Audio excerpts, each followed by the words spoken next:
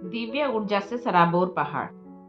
अधिकतर योगियों और दिव्यदर्शियों के लिए समस्या यह रही है कि वे अपने बोध का फल अपने आसपास के लोगों के साथ कभी बांट नहीं सके। ऐसे व्यक्ति का खोजना आसान नहीं है जो उसे ग्रहण करने के योग्य हो। जो चीज आप जानते हैं, अगर आपको एक भी व्यक्ति मिल जाता है तो आप भाग्यशाली हैं। तो अधिकतर आध्यात्मिक गुरुओं ने अपने ज्ञान को कुछ खास जगहों पर ही जमा किया है। ये निर्जन स्थान थे, लेकिन पूरी तरह से दुर्गम नहीं थे। उन्होंने अक्सर पहाड़ की चोटियां चुनी, क्योंकि ऐसी जगहों पर लोगों का आना जाना और व्यवधान कम होता है। भारत में इस तरह के कई शानदार स्थान हैं।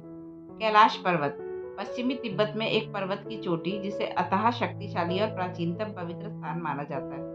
एक ऐसा स्थान है जहां बहुत लंबे समय से ज्ञान का सर्वाधिक भंडार ऊर्जा के रूप में संचित है।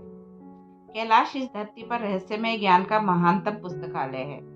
पूर्व के लगभग सभी धर्म उसे बहुत पवित्र मानते हैं। हिंदुओं में पारंपरिक तौर पर माना जाता है कि यह परमेश्वर शिव और उनकी पत्नी पार्वती का निवास है।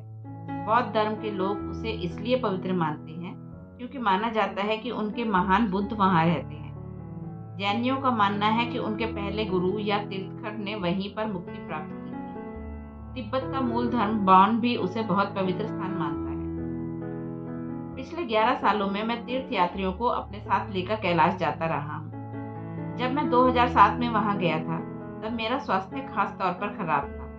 मैं कई हफ्तों से बिना रुके यात्रा कर रहा था, जिसके दौरान दुनिया के अलग अलग हिस्सों में चकराए हुए डॉक्टरों ने मुझे कई तरह की बीमारियों से ग्रस्त बताया, जिसमें मलेरिया, डेंगू, टाइफाइड और कैंसर तक शामिल था। हैरान डॉक्टरों ने मेरे खून की रिपोर्ट को रहस्यमय करार दे दिया था। अंत में मैंने अपने अंदर झांकने और खुद के ऊपर काम करने का निश्चय किया। कुछ दिनों बाद मैं कैलाश गया। इस वक्त तक मैं थोड़ा ठीक हो गया था, लेकिन फिर भी बहुत कमजोर था। जब मैंने कैलाश पर्वत को देखा तो पाया कि वहां बहुत अधिक दिव्य और रहस्यमय ज्ञान पाए जाने की प्रतीक्षा कर रहा है। तो मैंने कैलाश से ऊर्जा की एक लड़ी ली और उसे अपने ऊर्जा तंत्र से एक खास तरह से जोड़ दिया। जैसे ही मैंने वह किया, मेरे अंदर जीवंतता का अचानक उफान आ गया और मेरा जर्जर ऊर्जा शरीर, जो 8 हफ्तों के बुखार से लगभग नष्ट हो गया था, पुनः सामान्य हो गया। मैं जवान दिखने लगा, जवान महसूस करने लगा, यहाँ तक कि मेरी आवाज़ भी बदल गई, वह भी बस लगभग एक ही घंटे में। बदलाव साफ दिख रहे थे। वहाँ आसपास लगभग 200 लोग मौजूद थे जिन्होंने यह होते हुए देखा।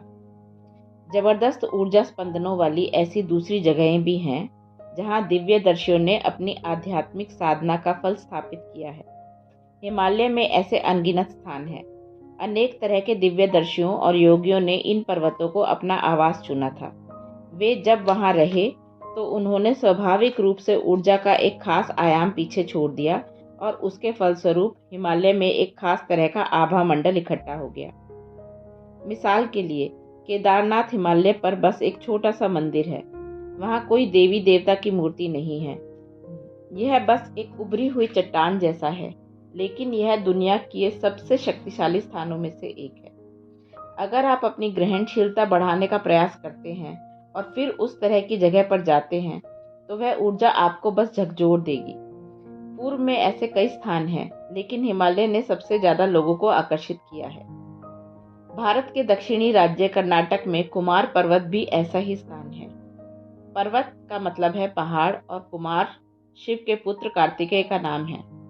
उन्होंने दुनिया का रूपांतरण करने की कोशिश में कई लड़ाइयाँ लड़ी, लेकिन जब उन्हें इसकी निरर्थकता का एहसास हुआ तो वे इस इलाके में आए।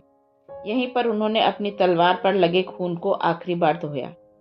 उन्होंने तय किया कि अगर वे 1000 साल तक भी लड़ते रहे तो भी वे इस दुनिया को नहीं बदल पाएंगे। हिंसा से एक हल निकालने में 10 नई समस्याएं पैदा हो जाएंगी। तो वे पहाड़ के ऊपर जाकर उसकी चोटी पर खड़े हो गए।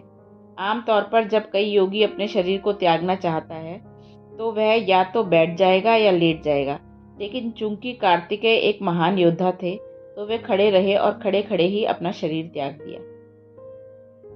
अगर कोई अपने शरीर को बिना कोई नुकसान पहुंचाए उसे त्याग सकता है, तो यह बस इसका संकेत है कि जीवन प्रक्रिया पर उसे पूर्ण सिद्धि प्राप्त है। भारतीय परंपरा में इसे आमतौर पर महासमाधि कहते हैं। कई साल पहले जब मैं कुमार पर्वत पर गया था, तब वहाँ मेरे लिए एक छोटा सा तंबू लगाया गया। मैं उसमें सोना चाहता था, लेकिन जब मैं उसके अंदर गया और लेटने की कोशिश की, तब अनायास ही मेरे शरीर खड़ी हुई स्थिति में आ गया और तंबू गिर गया। मैं पूरी रात बैठ नहीं पाया। मेरा शरीर केवल खड़ी स्थिति में रह पा रहा था। तब मुझे यह आभास होने लगा कि कार्तिकेय के जीवन का क्या मकसद था। हालांकि वे हजारों साल पहले इस धरती पर रहे थे, लेकिन उन्होंने जो कुछ पीछे छोड़ा उसका स्पंदन अब भी उतना ही जीवंत है। इस तरह के कार्य को कभी मिटाया नहीं जा सकता। जहाँ पर भी कोई व्यक्ति अपने जीवन ऊर्जाओं से कुछ करता है, तो वह एक खास संभावना पैदा करता है, जिसे किसी घटना द्वारा नहीं मिटाया जा सकता। जिस व्यक्ति ने अपने आंतरिक आयाम से थोड़े बहुत भी प्रयोग किए हैं, उसके काम और मौजूदगी को कभी नष्ट नहीं किया जा सकता। उदाहरण के लिए माना जाता है कि गौतम बुद्ध 2500 साल पहले हुए थे और ईसा मसीह 2000 साल पहले हुए थे। लेकिन जहाँ तक मेरा सवाल है, मेरे लिए वे अभी भी जीवंत वास्तविकता हैं। एक बार जब आप अपनी जीवन ऊर्जा के साथ एक खास मात्रा में कार्य कर लेते हैं, तो सभी व्यवहारिक उद्देश्यों के लिए वह कार्य स्थायी होता है और समय भी उसे नष्ट नहीं कर सकता। अगर आप अपने हार्ड मास के शरीर से काम करते हैं, तो उसका जीवन काल सीमित होता है। अगर आप अपने दिमाग का इस्तेमाल करते हैं, दुनिया में कुछ करते हैं, तो उसका जीवन काल काफ़ी लंबा होता है। लेकिन अगर आप अपनी मौलिक जीवन ऊर्जा से कार्य करते हैं, तो वह शाश्वत होता है।